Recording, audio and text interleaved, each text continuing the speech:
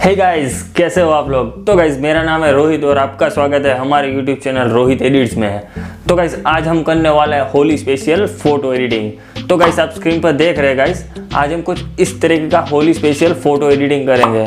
तो गाइस ये कॉन्सेप्ट एकदम इजी फोटो एडिटिंग होने वाला है। तो गाइस आप भी कुछ इस तरीके का एडिटिंग करना चाहते हो तो वीडियो को फुल वॉच कर लेना। और इस फोटो में जो भी बैकग्राउंड पीएनजी और मॉडल का यूज़ होगा उन सभी की लिंक आपको वीडियो की डिस्क्रिप्शन में मिल जाएगी, आप वहां से इजीली डाउनलोड कर सकते हैं। और हाँ गाइस, वीडियो पसंद आए तो एक लाइक कर देना और चैनल पे पहली बार आए हो तो सब्सक्राइब कर देना। तो बिना टाइम वेस्ट किए वीडियो को शुरू करते हैं।